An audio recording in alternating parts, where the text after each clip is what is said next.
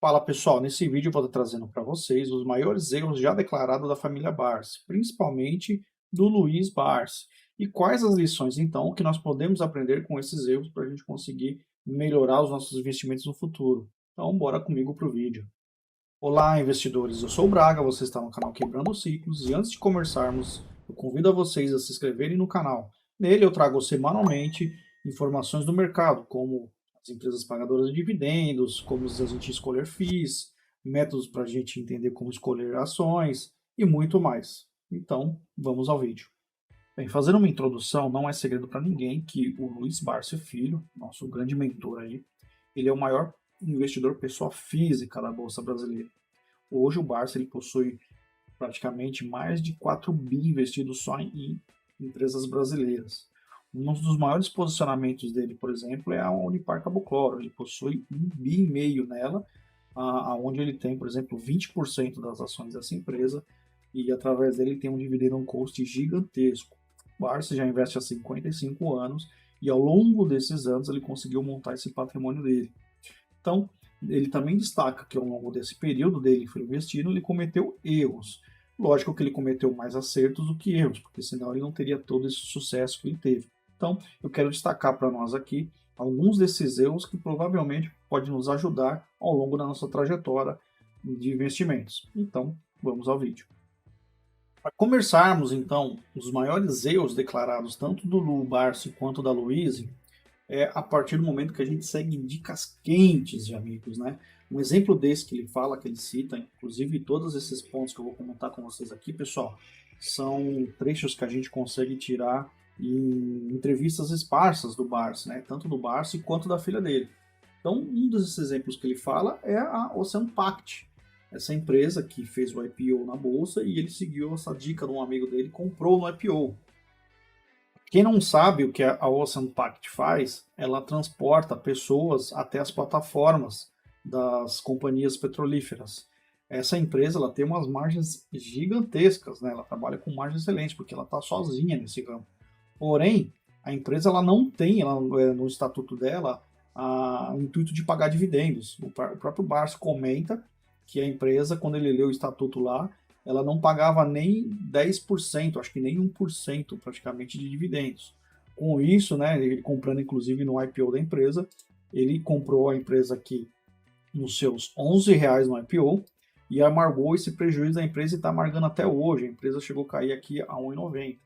E o Barça ele fala nas entrevistas que ele foi comprando e hoje o preço médio dele está em torno de uns R$ 3. Quer dizer, ele foi comprando muito aí e até hoje ele carrega essa empresa na carteira dele. Então veja só a importância da gente não ficar seguindo dicas quentes, né? A gente estudar aí por si só. E hoje a gente sabe que tem vários influencers, várias casas de análise que ficam recomendando ações, compra e venda. Então a gente tem que tomar muito cuidado com essa parte aí, sardinhagem que a gente fala, para a gente fazer o estudo e adquirir ações por nós mesmos.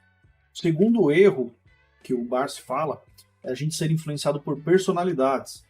O exemplo desse que eu trago para vocês é do Banco Nacional.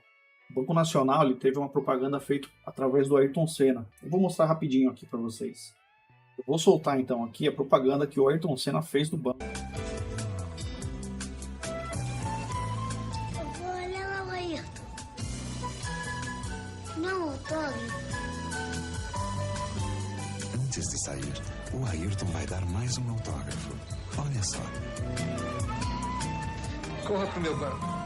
Faça como Ayrton, corra para o Nacional e abra sua conta. Bem, como a gente viu na propaganda, o próprio Barsi fala que ele foi induzido ao erro através dessa propaganda, né? Ele viu a figura do Ayrton Senna como uma figura de entendimento, uma pessoa que entende bastante, e acreditou e foi lá e comprou o banco. Então a gente tem que tomar muito cuidado. Hoje em dia a gente sabe que tem várias personalidades aí que ficam indicando várias coisas pra gente, né? Um outro ponto que ele fala dos erros dele é ele ter sido parceiro sócio em excesso por muito tempo de algumas empresas. Exemplos: o próprio Banco Econômico, o Banco do Progresso e o próprio Banco Nacional.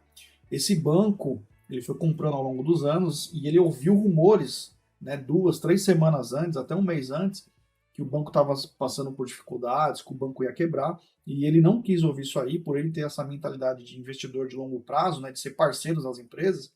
Ele acabou não ouvindo esses rumores, tudo isso que estava acontecendo no mercado, e depois, em entrevista, ele fala que ele se arrependeu, porque ele poderia ter evitado essa perda aí dessas ações, né, dessas empresas. Indo para os erros agora, que a Louise Barsi fala, que é um dos erros grandes que ela teve, ela cita o exemplo a BRF, que é do ramo alimentício, ticker BRFS3. A BRF, ela tem várias marcas abaixo dela, ela tem a Sadia, tem a Perdigão, tem a Quali, e em 2016, a Luiz ela trabalhava como analista de mercado imobiliário. Então, ela tinha que olhar para todos os segmentos. Então, mesmo ela não sendo da estratégia dela, dos setores perenes, que ela e o pai dela segue há longos anos, ela tinha que olhar para esses outros mercados. E olhando para esses outros mercados, ela entendeu que ela via grandes oportunidades em outros departamentos. Uma delas foi justamente a BRF. A empresa tinha chegado a R$ 60, ela comenta isso na entrevista, e quando chegou a R$ 40, ela achou que tinha uma excelente oportunidade de compra. Então ela começou a comprar. E desde lá a empresa começou a cair. E ela foi fazendo o seu preço médio. Então ela fala que ela chegou até os R$ 20, e daqui dos R$ 20 ela não aguentou mais, e simplesmente ela falou, não, eu vou assumir esse erro que eu tive e vou vender a ação. Então simplesmente é o fato dela largar a estratégia que ela e o pai dela têm, que são comprar empresas dos setores best, a gente sabe que é banco, seguradora, saneamento, elétricas, aí, telecomunicações, ela fala que ela não mais vai fazer esse erro dela, que ela não vai sair da estratégia dela. Um outro erro que o Barça destaca é a gente demorar muito para começar a investir. Então, ele iniciou os investimentos deles aos 25 anos de idade, mas ele destaca para a gente que com afinco, com determinação mesmo, em cima dos estudos que ele fez, foi a partir de mais ou menos os 28 anos de idade. Então a gente sabe que esse erro aí, para muitas pessoas, às vezes não dá para a gente corrigir. Mas o melhor momento era antes. Mas, porém, a gente tem que investir o quanto antes. Então, a partir de hoje mesmo, a gente precisa investir. Inclusive, ele brinca, dizendo que o melhor momento de iniciar investimentos era ter 3 meses de idade. Então, veja que ele está dizendo o seguinte para nós, que a gente, como pais, a gente tem que já ir montando uma carteira para os nossos filhos de ações o quanto antes possível, para quando chegar lá para os 18 anos, 20, 30 anos, essa pessoa já tenha uma renda em termos de fluxo de dividendo suficiente para pagar os estudos e até mesmo custear a vida dela, ter uma aposentadoria o quanto antes. Então é muito importante que a gente consiga investir o quanto antes. A gente sabe que para a gente acumular patrimônio na fórmula lá de juros compostos, o tempo é essencial, né? Então quanto antes a gente conseguir investir, mais tempo a gente vai fazer com que essa bola de neve cresça. E para finalizar aqui, eu acho que a gente precisa destacar também um erro que o próprio Fábio Baroni trouxe. O Fábio Baroni, ele é um dos fundadores, junto lá com a Luiz Barsi, na AGF+, né? E ele fala que para a gente nunca se comparar a outros investidores. A nossa carteira, pessoal, ela é única. Então, se a gente começar a querer comparar com a carteira de outros investidores, a gente pode fazer besteira. Então, o ideal é a gente achar boas empresas, fazer os estudos, que a gente consiga achar o melhor momento de entrar, porque o melhor momento na ação daquela outra pessoa, de repente, estava em anos anteriores. Se você quiser seguir agora, você já perdeu o bonde daquela ação. Então, você tem que comparar e entrar naquela ação no momento anterior, talvez aquela ação não seja o momento, tá? Então, além disso aí, o Barça ele fala de algumas regras que a gente tem que seguir para o sucesso. E uma dessas regras, que seria uma cartilinha aí da gente fazer um cafezinho bem feito, né, para nunca se fugir do padrão, costumo dizer o seguinte: para a gente não ser nunca especulador, ele passa isso para a gente nunca especular no mercado, para a gente realmente comprar ações e segurar ao longo do prazo, para a gente batalhar em cima dos dividendos. Uma outra regra que ele passa para a gente é para a gente comprar ações de empresas com projetos futuristas, a gente fazer o estudo da empresa, entender o que a empresa está querendo promover com o seu negócio daqui a anos, para saber se isso aí vai ser uma coisa perene ou não. Um outro ponto que ele fala é para a gente nunca fazer day trade. Eu não conheço ninguém, cara, ninguém, pessoal, no mercado que ganhou dinheiro fazendo day trade. Inclusive, todos os livros, todos os grandes investidores aí, as pessoas que a gente conhece, como Warren Buffett, Peter Lynch, Décio Bazin, Barsi, ninguém recomenda fazer day trade. Todo mundo sabe que isso aí é furada e a gente perde dinheiro. Outra regra que ele nos destaca é para a gente não fazer alavancagem, né? A gente não se alavanca, ele diz, para a gente não fazer derivativos, principalmente ficar comprando em aí em opções, né? Mercado de opções, futuro, descoberto. Se a gente não entende direito isso aí, pessoal, a gente não é o Pelé dos investimentos, a gente tem que fazer a coisa básica. Comprar, juntar dinheiro, fazer os nossos aportes mensais, que isso sim, com o longo dos anos, vai trazer os nossos resultados. E não ficar achando que a gente tem a bola de cristal, sabe o que vai acontecer no mercado e vai lá, compra no mercado de opções descoberto e se dá mal. Ele recomenda para a gente não fazer isso aí.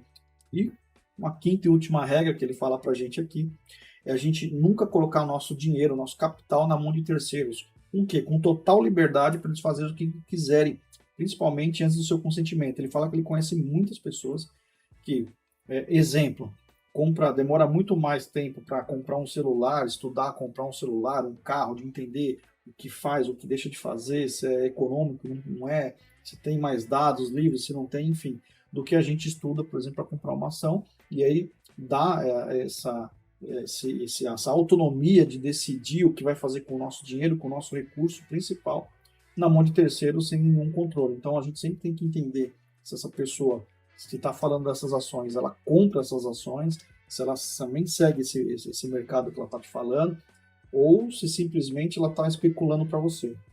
Então, pessoal, era isso que eu queria trazer para vocês. Eu vou deixar no fim do vídeo aqui alguns trechos dessas entrevistas que tanto o Barsi e a Luísa fez para servir de entendimento. Eu espero que com isso a gente consiga fazer investimentos melhores e que a gente consiga chegar à nossa tão desejada liberdade financeira de um modo mais tranquilo e que a gente possa aprender com os erros dessas pessoas, principalmente do Barsi. Então, que a gente seja sábio, que a gente consiga aprender com os erros dele e que a gente não seja, por exemplo, inteligente, que a gente aprenda com os nossos erros. Então, era isso e até o próximo vídeo e fique agora com os trechos das entrevistas. Existe uma empresa no mercado chamada Ocean Pact.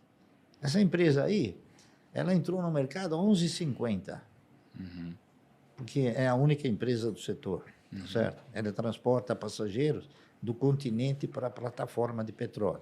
Tem contratos generosíssimos com a Petrobras, né? O estatuto dela prevê pagamento de 0,1% do lucro. Ah, legal. Maravilhoso, né? Então, quer dizer, é uma empresa que você não tem que comprar nunca, né? Por exemplo, eu tive ações de uma empresa chamada Banco Nacional. Quem fazia propaganda do Banco Nacional, sabe quem era? Ayrton Senna. O Ayrton Senna, exatamente. A gente foi ludibriado. Não é que você errou, você foi conduzido ao erro, é diferente. Bom, erro, eu cometi vários, evidentemente, né? Cometi erros exatamente por ser investidor e parceiro. Por exemplo, muito embora não houvesse informações de que o Banco Nacional não estava bem, eu segurei as ações na condição de parceiro e eu me arrependo, devia ter vendido. Eu também me arrependo de não ter vendido as ações do Banco Econômico, que ficou aí uns 15, 20 dias circulando no mercado, que ia haver uma intervenção, etc., né? E, por fim, também, eu me arrependo de não ter vendido as ações do Banco do Progresso, né? Eu tinha 10% das ações preferenciais, também circularam boatos de que o banco corria o risco de uma intervenção, e eu, pelo fato de ser investidor e ser parceiro, não acreditava. E realmente aconteceu. Então, hoje eu já acredito um pouco mais nos boatos. Tá certo? Apesar de que eles têm sido de menor intensidade como haviam antigamente. E como analista de uma corretora médio porte, pô, não existe esse negócio de um analista cobre cada setor, querida. Você vai olhar as top picks aqui, de cada um desses setores, né? E eu tinha que olhar varejo, eu tinha que olhar construção civil, eu tinha que olhar outros setores que meu pai, né, sempre torceu o nariz. Mas, poxa, existem ali boas empresas nesses setores, mas para outro objetivo, né? Para você fazer compra e você vai vender a hora que você chegar no seu valor justo, né? Então, eu tinha que olhar para outros setores. E aí, obviamente, você cai em algumas tentaçõezinhas, né? Poxa, Conta aí. Aí, BRF foi uma dessas, né? Pô, do papel voando, tal, não sei o quê. Bateu acho que R$60. E aí, bom, enfim, algumas coisas aconteceram. Sempre vai acontecer alguma coisa na bolsa. Sim. Essa ação corrigiu para R$40. E aí você tá naquele clima de mesa de operação, o pessoal, pô, tá comprando, não, imagina, isso aqui 40 pau, vai 60 rapidinho, tá, não sei o quê, igual aconteceu da outra vez, né? Beleza, eu falei, galera, é isso. Esse é o negócio. Pegou o gráfico e desenhou. Não cubro isso aqui, beleza, posso comprar. Comprei BRF, né? Nossa, Não, falou, dizer, não vai contou dar lá. certo. Não contou em casa. Não, contei, né? Meu pai trabalhava, ele Não, ficava boleto chega. na mesa do outro lado e tal. E ele só assim, né? Tá bom, né? O dinheiro é seu se você quiser, né? Eu não compraria essa porcaria aí, mas tudo bem. Tem que deixar pra bom. aprender também, né? Bom, enfim, o que foi se suceder logo em seguinte, Operação Carne Fraca, e aí depois deflagrou-se, né, os vários problemas operacionais, gerenciais da empresa, enfim, depois troca de sócios, aquela briga societária toda, enfim, um rolo que até hoje ainda não se resolveu por completo. E o papel foi de R$40, foi o preço que eu paguei a 16. E um monte de gente na corretora no meio do caminho foi fazendo o quê? O preço médio. E foi colocando mais dinheiro nessa ação que você não queria, que você queria vender rapidinho.